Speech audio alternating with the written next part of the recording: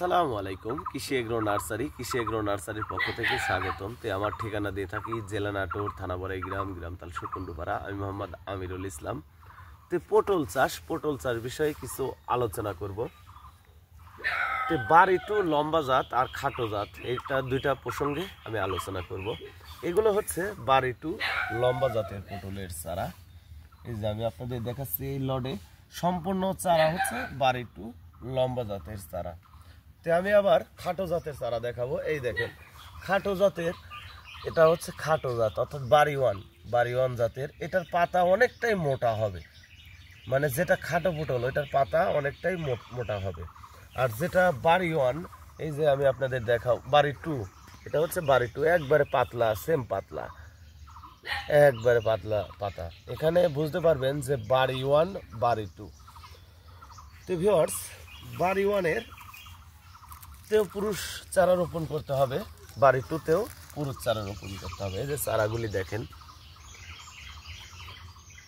এখানে দুইটা ভাগে বিভক্ত হয়, খাটো পটলের লম্বা পটলেরও, মানে পুরুষ মহিলা দুইটারই প্রয়োজন আছে। কিন্তু এখন যেটা বাড়ি টু, এটাতে কোনো ধরনের পরাগায়ন করতে হয় না, আর যেটা বাড়ি ওয়ান ওইটাতে পরাগায়ন করতে হয়। তাতে দেখা যাচ্ছে এই বছরের সংখ্যায় বাংলাদেশের শতকরা 95% মানুষই বাড়ি টু চারাটা রোপণ করতেছে, এই জন্য যে কোনো ধরনের পরাগায়ন করতে হয় না। আর বাড়ি টুর চারা লাগবে 1 বিঘা জমিতে 600 পিস। আর যেটা বাড়ি ওয়ান অর্থাৎ দেশি পটল, ওইটাতে চারা লাগবে হচ্ছে আপনার 400 পিস, অর্থাৎ 4 করে লাগাইতে হবে, 4 আর 5 করে লাগাইতে হবে বাড়ি ওয়ান, আর 2 আর 5.5 করে লাগাইতে হবে বাড়ি টু। বাড়ি টুটায় সর্বোচ্চ ধরন তো বেশি, দেখা যায় যে গাছটা যখন 1.5 হাত হয়ে যায় তখনই পুরাদমে ফুল চলে আসে। আর বাড়ি ওয়ান যেটা, ওইটা গাছটা যখন দেখা যায় 4 হাত 5 হাত হয় তখন ফুল আসে। আর বাড়ি টুটায় ধরন তো বেশি হয়, বাড়ি ওয়ানের ধরন তো ভালো হয়, কিন্তু গাছটা অনেক বড় হয়ে তারপরে ফল ধরা শুরু হয়। আর বাড়ি ওয়ানের পটলটা হয় হচ্ছে খাটো, আর বাড়ি টু পটলটা হয় কালো লম্বা।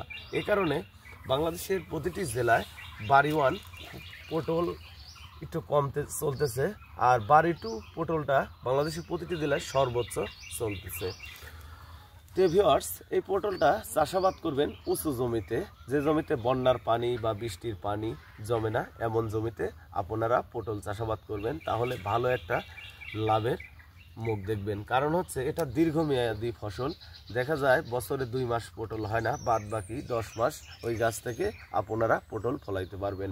যে 2 মাস পটল হয় না, সেই 2 মাস হচ্ছে আপনার পুষ মাসের 15 থেকে মাঘ মাস ফাল্গুন মাসের 15 পর্যন্ত। এই 2 মাস আপনাদের পটল হবে না, কারণ শীতকালীন সময়ে গাছে পর্যাপ্ত পরিমাণ পটল হয় না। যখন শীতটা শেষ হয়ে যায় তখন থেকে আবার পুরাদমে পটল ধরা শুরু হয়।